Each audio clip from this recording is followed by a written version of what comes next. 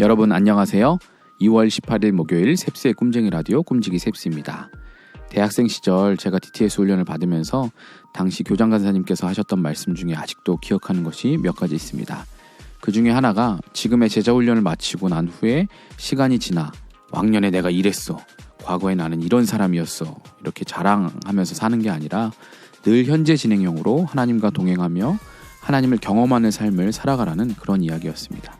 그리고 그렇게 과거를 자랑하면서 사는 삶이 주님께 드릴 열매를 맺어놓고 그 열매를 갉아먹는 삶이라고 표현하셨었죠. 과거의 나의 신앙, 나의 전성기는 그저 과거일 뿐입니다.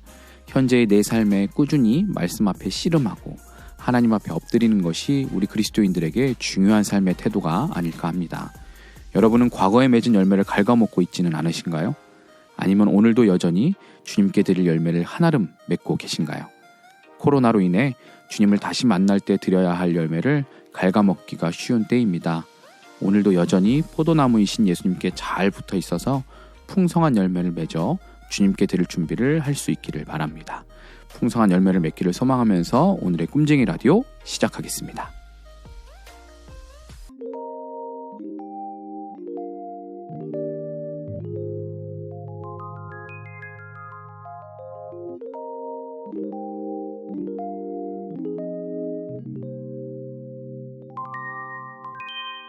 셉스의 꿈쟁이 라디오. 오늘의 메시지 시간입니다. 오늘의 큐티인 본문 에베소서 2장 11절에서 22절까지 말씀을 메시지 성경 번역으로 읽어드리겠습니다. 그러나 이 일 가운데 어떤 것도 당연한 것으로 여기지 마십시오. 불과 얼마 전까지만 해도 여러분은 하나님의 방법에 대해서는 아무것도 알지 못하는 이방인이었습니다. 그때 여러분은 하나님이 일하시는 방식이 무엇인지도 몰랐고 그리스도가 누구신지도 전혀 알지 못했습니다. 여러분은 하나님이 이스라엘 안에 펼치신 풍성한 언약과 약속의 역사에 대해서도 전혀 알지 못했고 그분께서 이 세상에서 무슨 일을 하고 계신지에 대해서도 무지했습니다. 전에는 밖에 있던 여러분이 이제는 죽음을 맞으시고 피를 흘리신 그리스도로 말미암아 안으로 들어와 모든 일에 참여하게 되었습니다.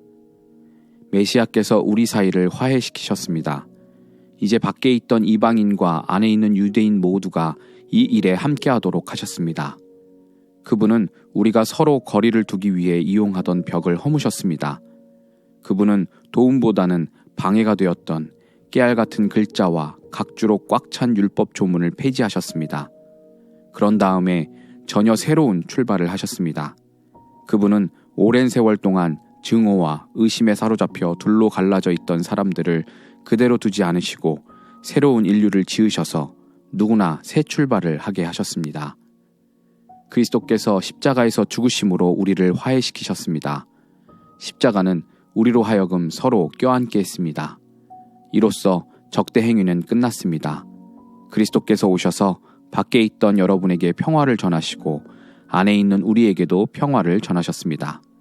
그분께서는 우리를 동등하게 대하셨고 우리로 하여금 동등한 사람이 되게 하셨습니다. 그분을 통해 우리 모두가 같은 성령을 받았고 동등한 자격으로 아버지께 나아가게 되었습니다. 너무도 분명하지 않습니까? 여러분은 더 이상 떠돌이 유랑민이 아닙니다. 이 믿음의 나라가 이제 여러분의 본향입니다. 여러분은 더 이상 나그네나 이방인이 아닙니다. 여러분은 이 믿음의 나라에 속한 사람입니다.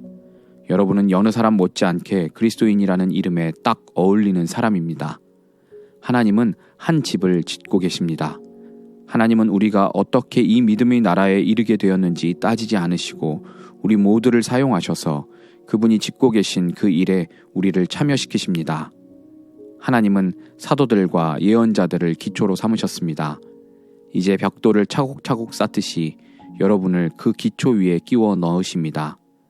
그리스도 예수께서는 그 건물의 각 부분을 떠받치는 모퉁이 돌입니다. 우리는 날마다 그 집의 모양이 잡혀가는 모습을 봅니다. 그 집은 하나님께서 세우시는 성전, 우리 모두가 벽돌처럼 쌓여 이루어지는 성전, 하나님이 머무시는 성전입니다.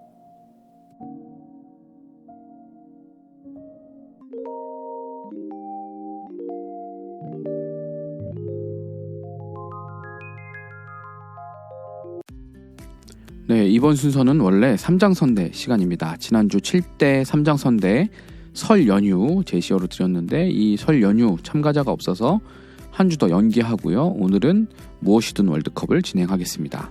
그리고 봄 개편을 맞이하여서 이제 3장선대는 다음 주를 마지막으로 하도록 하겠습니다. 이제 다음 주에 설 연휴 이 삼행시 올라온 거 가지고 장어를 뽑고요. 없으면 그냥 바로 넘어가도록 하겠습니다. 재미로 해볼 수 있는 여러 가지 이상형 월드컵이 있는데 16강으로 해서 두 가지 중 하나를 고르는 식으로 토너먼트를 진행해서 마지막 결승전에서 최종 우승을 뽑는 그런 식의 어떤 활동 게임이라고 할 수 있겠죠. 재미로 해보는 건데 여러분도 함께 들으시면서 선택해보시면 나름 자기만의 우승 뽑아보시면 재미있을 것 같습니다. 지난 설 연휴 특집 때는 라면 이상형 월드컵을 했었는데요. 이번에는 무엇을 하냐면요. 홍철 없는 홍철팀 음식 버전이에요. 그 무한도전에서 노홍철 씨가 없는데 그 팀이 홍철 팀이 됐던 적이 있거든요. 그래서 이제 그게 약간 관용 어구처럼 쓰여요. 홍철 없는 홍철 팀. 그러니까 예를 들면 단팥 없는 단팥빵 뭐 이런 거죠. 이런 것들 중에 이제 하나씩을 선택하는 그런 게임입니다. 그러면 16강부터 한번 시작해 보도록 하겠습니다. 자, 한번 골라볼까요? 맨 처음 16강입니다. 마시멜로 없는 오레오 오즈 그리고 깍두기 김치 없는 설렁탕 둘 중에 하나를 골라야 된다면 오레오 오즈는 뭔지 아시죠? 예, 그 오레오 오즈 그 시리얼 거기 마시멜로 같이 들어있는데 그 마시멜로 없는 거 하고 설렁탕인데 깍두기 김치 없는 설렁탕. 뭐 굳이 하나를 선택하자면 저는 깍두기 김치 없는 설렁탕 하겠습니다. 네, 저는 설렁탕 좋아합니다. 깍두기 김치가 있어야지 맛있긴 하지만. 자, 그 다음 탄산 없는 콜라, 앙꼬 없는 찐빵. 앙꼬 없는 찐빵은 먹을 이유가 없죠. 저는 김 빠진 콜라 사이다 잘 먹긴 하거든요. 그래서 탄산 없는 콜라 고르겠습니다. 네, 단무지 없는 김밥, 치즈 없는 피자. 이 치즈 없는 피자는 피자가 아니죠. 그냥 뭐 전이지 이거는. 김밥은 단무지 없는 류의 어떤 그런 김밥들도 굉장히 많잖아요. 그러니까 단무지 없는 김밥이 나은 것 같아요. 네. 다음 문어 없는 타코야끼, 잼 없는 군데리아. 남자분들은 이 군데리아 다 드셔보셨죠? 근데 이 군데리아의 핵심은 바로 그 햄버거 빵에다가 이제 잼을 바르는 게 이제 핵심인데 문어 없는 타코야끼는 그냥 빵이죠. 그냥 구운 빵이고 잼 없는 군데리아. 그래도 군데리아는 여러 가지가 들어가기 때문에 잼이 없어도 웬만큼 맛은 날 것 같아요. 그래서 저는 잼 없는 군데리아. 다음 소스 없는 탕수육, 햄 소세지 없는 부대찌개.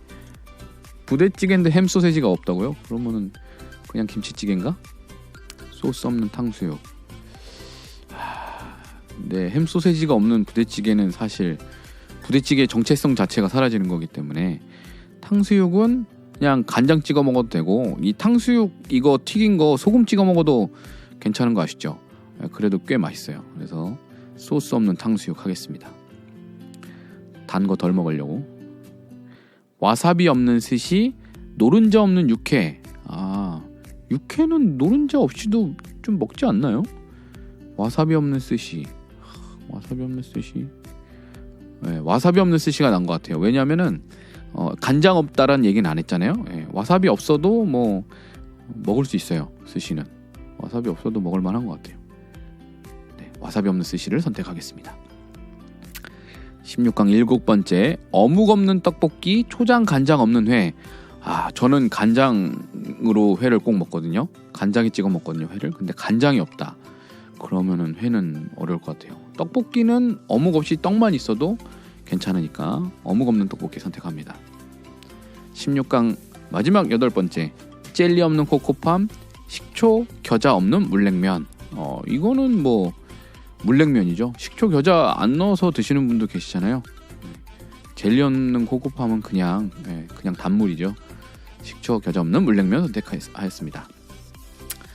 자, 이제 8강전입니다. 단무지 없는 김밥 대 잼 없는 군데리아. 단무지 일부러 안 먹기도 하니까 단무지 없는 김밥. 자, 8강전 두 번째 깍두기 김치 없는 설렁탕, 탄산 없는 콜라. 깍두기 김치 없는 설렁탕. 네. 저는 없어도 먹을 수 있을 것 같아요. 식초 겨자 없는 물냉면, 와사비 없는 스시. 저는 이거는 물냉면 하겠습니다. 예, 물냉면이 그래도 조금 더 먹기 수월할 것 같아요. 8강전 마지막 소스 없는 탕수육, 어묵 없는 떡볶이. 떡볶이죠. 예, 떡볶이는 떡만 먹어도 맛있으니까. 자, 4강전 준결승입니다. 깍두기 김치 없는 설렁탕 대 단무지 없는 김밥. 이쯤 되면 설렁탕은 먹기가 쉽지 않아질 것 같군요. 단무지 없는 김밥 하겠습니다. 단무지 없는 김밥. 자, 식초 겨자 없는 물냉면 대 어묵 없는 떡볶이. 여러분이라면 뭘 선택하시겠어요? 물냉면 식초 겨자를 저는 꼭 넣어서 먹긴 하는데 떡볶이가 조금 더 나은 것 같아요. 네.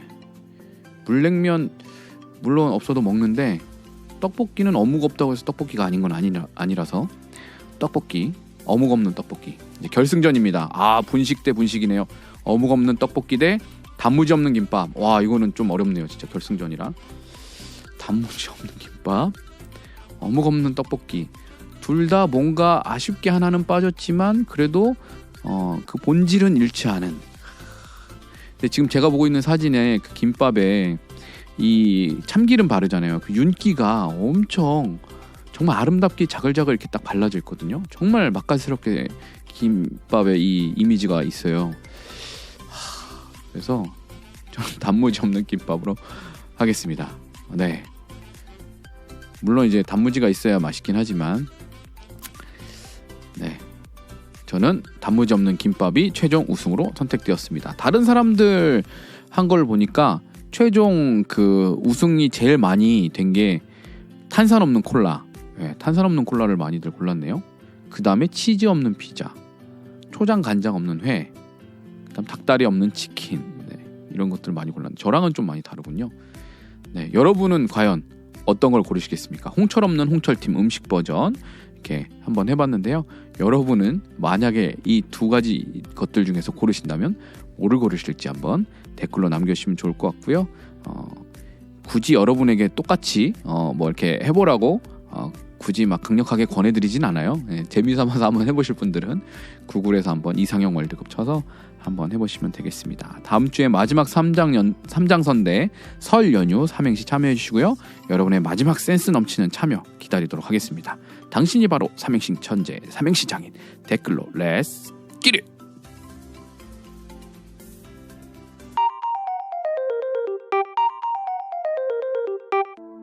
이번 코너는 책 읽어주는 남자 시간입니다. 이번 주에는 조정민 목사님의 사람이 선물이다 중에서 고난은 용기의 출발점이다 챕터의 글귀 10개를 읽어드리겠습니다. 첫 번째, 두려움은 두려움 속으로 뛰어들어야 이깁니다. 고난은 고난 속으로 뛰어들어야 이깁니다. 죽음은 미리 죽고 다시 살아나야 이깁니다. 피하면 살 수는 있어도 이길 수는 없습니다. 두 번째, 땀이 없는 소득은 독입니다.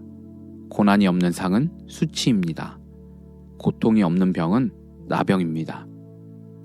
세 번째, 고난은 해석되지 않으면 고난이고 해석되면 축복입니다. 고난의 깊은 뜻을 모르면 피하고 알면 스스로 뛰어듭니다. 네 번째, 독수리는 폭풍을 피하지 않습니다.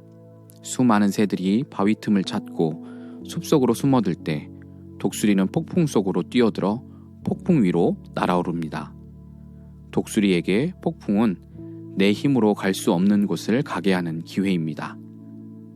다섯 번째, 건물은 지하의 깊이가 고층의 높이를 결정하고 인생은 고생의 깊이가 인격의 높이를 결정하며 민족은 고난의 깊이가 영광의 높이를 결정합니다. 우리의 고난은 그냥 겪고 마는 것이 아닙니다. 여섯 번째, 행운이 오히려 시련이 되고 고난이 도리어 복이 되는 세상을 살아가면서 행운에도 교만하지 않고 불운에도 낙심하지 않는다면 그는 이미 섭리의 파도 타기를 즐기는 사람입니다. 일곱 번째, 닉 부이치치의 허그를 보면 그는 손이 없지만 희망을 붙잡았습니다. 팔이 없지만 한계를 껴안았습니다. 발이 없지만 두려움을 걸었습니다. 그는 두려움이 사라질 때까지 기다리지 않고 두려움 속으로 뛰어들어 두려움을 이겼습니다. 아, 사지 멀쩡한 우리는. 8번째, 다윗의 가장 큰 행운은 골리앗을 만난 이후에 시작되었고 다윗의 가장 큰 시련은 골리앗을 이긴 뒤에 시작되었습니다. 9번째, 애쓰고 수고하고 땀 흘려도 잘 되지 않을 수 있습니다. 그러나 애쓰지 않고 노력하지 않고 땀 흘리지 않고 잘 되는 것은 잘 되는 것이 아닙니다. 바람처럼 날아갈 성공은 성공이 아닙니다. 마지막 10번째, 누군가 태풍이 불면 나무 위에 올라가 몸을 묶고 바람을 맞습니다. 늘 잔잔하던 자연의 포효가 얼마나 위대한지, 그리고 그 자연 앞에 선 나는 얼마나 작은 존재인지를 느끼기 위해서. 이렇게 10가지 글귀를 읽어드렸습니다. 여러분이 가장 공감 가는 글귀는 어떤 글귀인가요? 댓글로 남겨주세요.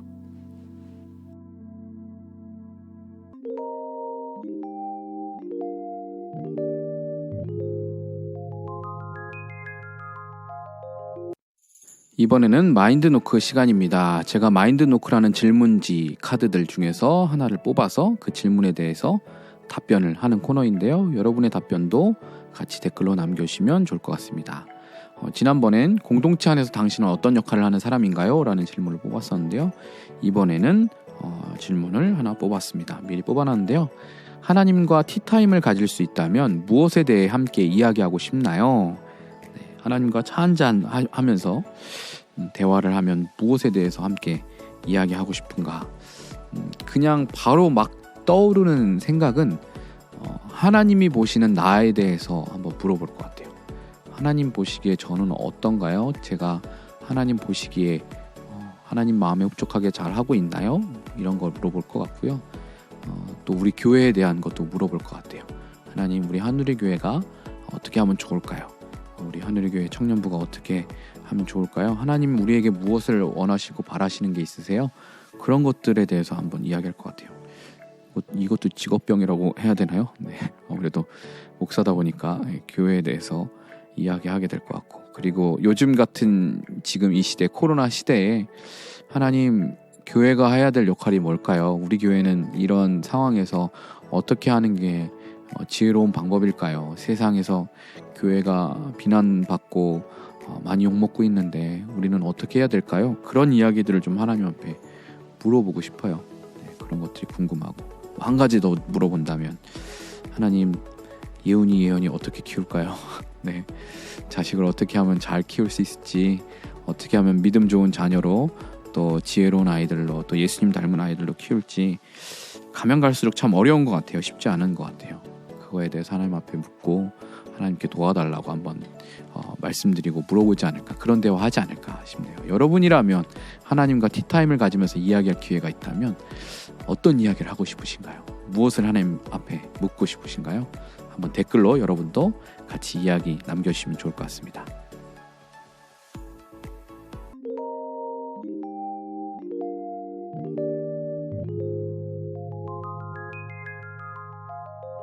셉스의 꿈쟁이 라디오.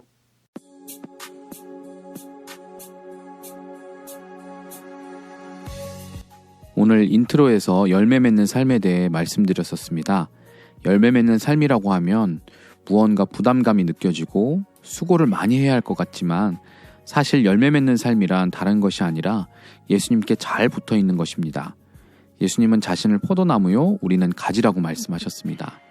가지는 열매 맺기 위해 노력할 게 없습니다. 그저 나무에 잘 붙어만 있으면 열매는 아주 자연스럽게 맺히게 되어 있습니다. 예수님께 잘 붙어 있는 것, 예수님을 잘 붙들고 그분이 가신 좁은 길을 따라가는 것, 예수님을 온 마음 다해 사랑하는 것, 그것이 바로 열매 맺는 삶이 아닐까요? 다음 주면 이 청년부에서 온라인으로 겨울 수련회를 하려고 합니다. 내 안에 있는 작은 겨자씨만한 믿음이라도 잘 심고 기르고 자라고 있는지 점검하자는 컨셉으로 준비하였습니다. 우리의 믿음은 작지만, 그런 겨자씨만큼 작지만 주님 안에 머물면 그 작은 믿음이라도 싹을 틔우고 자라서 열매를 맺고 큰 나무를 이루게 된다고 성경에서 말씀합니다. 여러분도 오늘 주님 안에 머물면서 믿음의 싹을 틔우고 또 그 열매를 맺는 삶을 사실 수 있기를 바라고 축복합니다. 지금까지 셉스의 꿈쟁이 라디오, 저는 꿈지기 셉스였습니다. 오늘도 사랑하고 축복합니다.